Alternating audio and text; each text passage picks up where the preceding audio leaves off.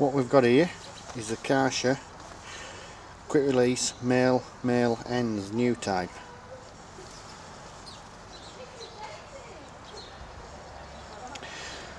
What we've done is we've had them specially designed, so what you can simply do is take them off and put them in it on any normal hose. A thread on there and a thread on there. Same both sides.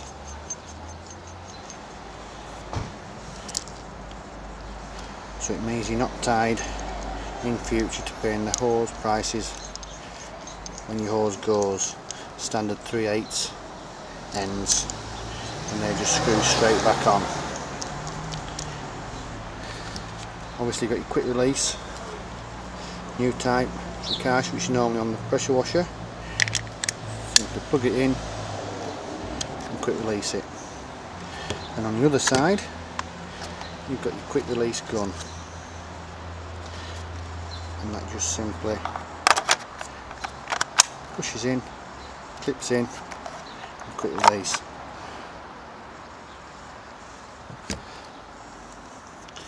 And that's for the K series machines. So like I say, you can take them off and put them on a standard hose, so it means you're not tied.